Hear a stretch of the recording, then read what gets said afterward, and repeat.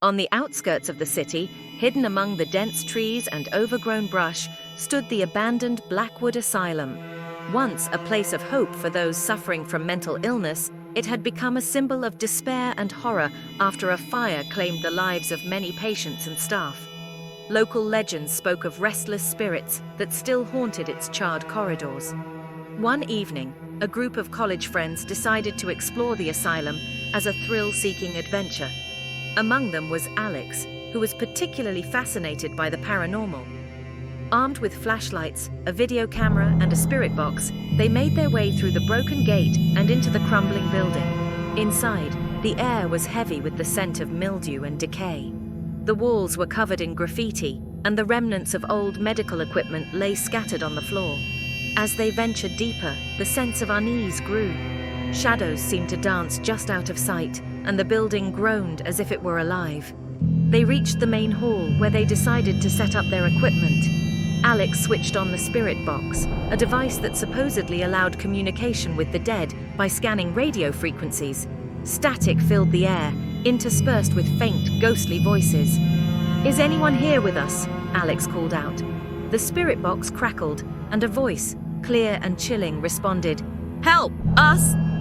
The group exchanged nervous glances but pressed on. "What happened here?" Alex asked.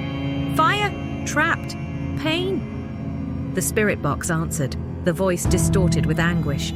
The temperature in the room seemed to drop, and the friends could see their breath misting in the cold air.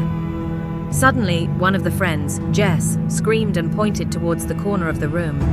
A shadowy figure stood there watching them. Its eyes glowed with an unnatural light.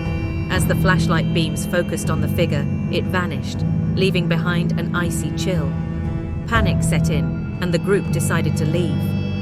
However, as they retraced their steps, the corridors seemed to twist and change, leading them deeper into the asylum instead of towards the exit.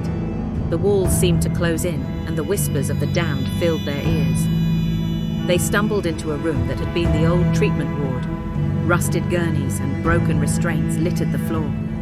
Alex's camera captured fleeting images of tormented spirits, patients who had suffered and died in the fire. The friends felt an overwhelming sense of sorrow and fear.